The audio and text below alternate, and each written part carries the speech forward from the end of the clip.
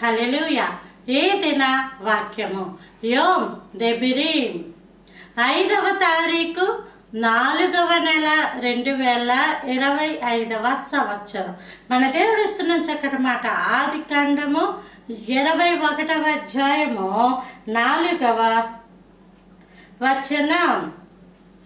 ఏమో అప్పుడు అబ్రాము తనకు పుట్టినవాడును తనకు సారా కనినవాడునైన తన కుమారునికి ఇస్సాకు అని పేరు పెట్టెను. దేవుడు అబ్రహాము సారాలకు ఇచ్చిన వాగ్దానం ప్రకారం పుట్టిన కుమారునికి ఇస్సాకు అని పేరు పెట్టాడు. ఇస్సాకు అన్న మాటకు నవ్వు అని అర్థం. ఇంగ్లీష్లో లాఫర్ LAUGHTER అంటే నవ్వించేవాడు అని కూడా అర్థం వస్తుంది. ఇస్సాకు అనగానే నవ్వు, రెండోది నవ్వించేవాడు. అంటే నవ్వించేవాడు అంటే జోకులేయడు, హాస్యం చేయడు, ఎగతాళి చేయడు అని కాదు. ఆ సాక్ష్యం విన్నప్పుడు ఆనందభరితులై నవ్వుతారట. సంతోషమును దేవుడిస్తాడు, ఆనందమును దేవుడిస్తాడని అర్థం.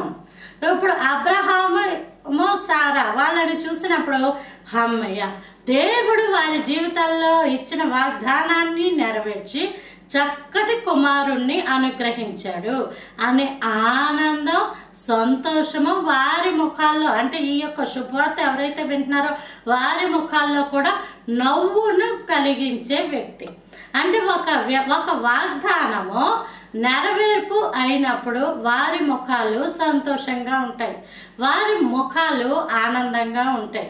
ఈరోజు ఈ వర్తమానం వింటున్న మీరు మీ జీవితాలలో కూడా వాగ్దానాలు నాకెందుకు, వాగ్దానాలు ఎప్పుడో నెరవేరుతాయి అని నిరాశ నిస్పృహల్లోనికి వెళ్ళిపోవద్దు. వాగ్దానము నిశ్చయముగా దేవుని నుంచి వచ్చినదే అయితే అది ఎప్పటికైనా నెరవేరి తీరుతుంది. దేవుడిచ్చిన వాగ్దానము నెరవేర్చబడినప్పుడు ఇస్సాకు అంటే నవ్వును దేవుడు మీకు అనుగ్రహిస్తాడు, ఆనందాన్ని దేవుడు మీకు అనుగ్రహిస్తాడు. ఆ ఆనందం మీకు మాత్రమే కాదు, ఈ శుభవార్త ఎంతమంది హృదయాలలో మీ గురించి నిజంగా బాధ పెట్టుకుని చింత పెట్టుకుని ఎదురు చూస్తూ ఉంటారో వారి యొక్క జీవితాలను కూడా ఆనందింప చేస్తుంది.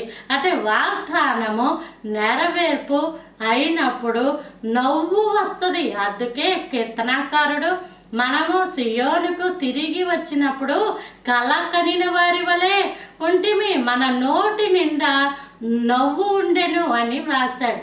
అంటే మన జీవితాల్లో వాగ్దానములు నెరవేర్పు అయినప్పుడు నవ్వు ఉంటుంది. ఈరోజు ఆ నవ్వు దేవుడు మహా గొప్ప కృపల దేవుడు మనందరికీ అనుగ్రహించును కాక.